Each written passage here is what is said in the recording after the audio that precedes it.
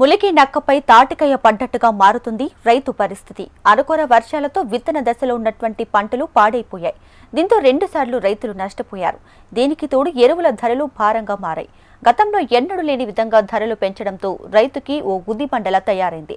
ఇప్పటికే కాంప్లెక్స్ ఎరువుల కొరత ఉండగా తాజాగా 2 రకాల ఎరువులు మినహా మిగతా అన్ని రకాల ఎరువులపై 3 నుంచి 400 రూపాయలు పెంచారు. ఆదిలాబాద్ జిల్లాలో పెరిగిన ఎరువుల ధరలపై ప్రత్యేక కథనం.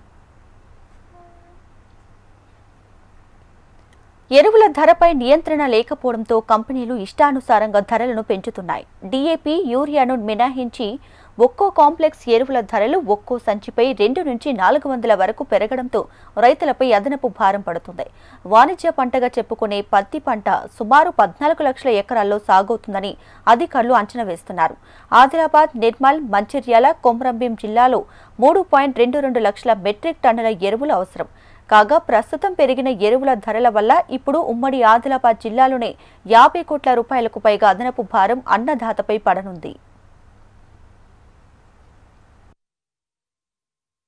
అందులో 15 ఎకరాలు కాటన్ వేసిన, 3 ఎకరాలు సోయాబీన్ వేసిన.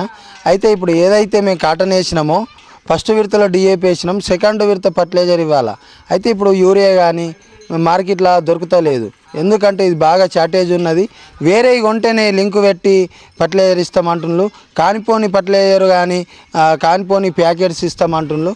అవి ఎక్కువ ధర ఉన్నాయి, మార్కెట్లో వేరే దగ్గర తక్కువ ధర ఉన్నాయి. అవి కొంటేనే మాత్రము యూరియా ఇస్తామని చెప్పడం చాలా బాధాకరం. ఉన్న ప్రభుత్వం రైతు ప్రభుత్వం అని చెప్పుకుంటుంది, మరి కేంద్ర ప్రభుత్వాలు కానీ రాష్ట్ర ప్రభుత్వాలు కానీ కనీసం రైతులు పైసలు పెట్టి కొనడానికి ఫర్టిలైజర్ కూడా ఇవ్వకపోతే, ఫర్టిలైజర్ సరైన టైంలో ఇంత పత్తికి వేయకపోతే నీకు రేపు దిగుబడి తగ్గిపోతుంది. దానివల్ల రైతు ఆర్థికంగా నష్టపోతాడు. కాను దిగుబడి తగ్గిపోయి 5-6 కుంటాలు 7-8 కుంటాలు దిగుబడి వస్తుంది. కనీసం సకాలంలోని ఫర్టిలైజర్ కానీ ఈ పెస్టిసైడ్స్ కానీ దొరికితేనే రైతు పెట్టి దాన్ని సకాలంలో సాగు చేసుకుంటాడు. కాబట్టి అదేవిధంగా ఫర్టిలైజర్ ఇప్పుడు రేట్లు కూడా చూడండి. ఇప్పుడు పొటాస్ మొన్న 1500 ఉండే, ఇప్పుడు 1800 అయింది. బిస్బిస్ 013 1300 ఉండే, 1500 ఏమైంది. ఇలా డిఏపి ప్లస్ యూరియా తప్ప మిగతా ఫర్టిలైజర్లు అన్నీ విచ్చలవిడిగా పెంచేస్తున్నారు. పెస్టిసైడ్స్ చూడండి, మోనోసిల్ ఉండే గతంలో 300-250 ఉండే, ఇలా 550 రూపాయలు అయింది. ఒక్కొక్కటి 2-3 వింతలు 3 సంవత్సరాలు పెరిగిపోతే మరి రైతు పండించిన పంటలకు మద్దతు ధరలు లేవు. ఇలా పత్తి 7,000 ఉండే, 7,500 ఉండే, ఇలా 8,000 వేసిండ్రు. కుంటాలకు 500 పెంచితే మరి ఇలా 1 లీటర్కే 300-400 రూపాయలు పెంచుతున్నారు. కేంద్ర రాష్ట్ర ప్రభుత్వాలు అంటున్నాయా? మరి ఉన్న ఇక్కడ రైతుల మనోవేదన అర్థం చేసుకోవాలా?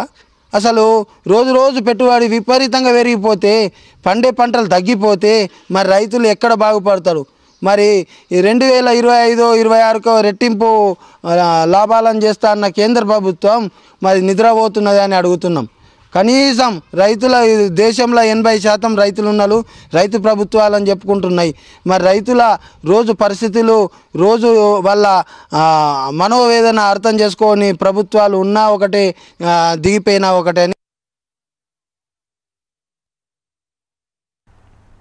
పంట సాగులో విత్తనాలు, ఎరువులే కీలకం. ఆశించిన దిగుబడుల కోసం రైతులు పంట చేతికి వచ్చేసరికి 4-5 సార్లు ఎరువులు వేస్తారు.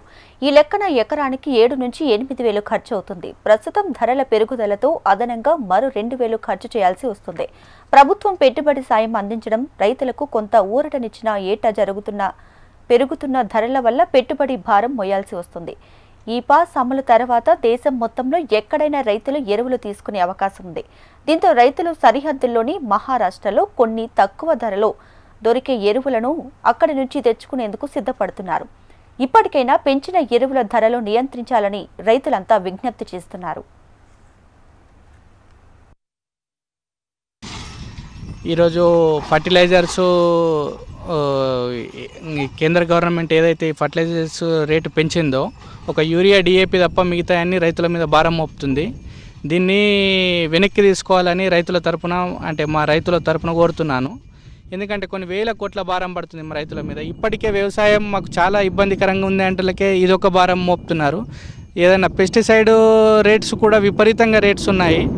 అవిట్ రేట్స్ ఆల్రెడీ ఉన్నాయి, కానీ ఇక ఇది కూడా ఇంకా రైతులపై భారం మోపితే చాలా ఇబ్బందికి గురవుతారని. అయితే ఇప్పుడు షాప్లోకి వెళ్తే వాళ్ళు పాత రేట్లు కాకుండా పెరిగిన రేట్ల ప్రకారమే అమ్ముతున్నారు. పాత స్టాక్ ఉన్నా కానీ వాళ్ళు పెరిగిన రేట్ల ప్రకారమే అమ్ముతున్నారు.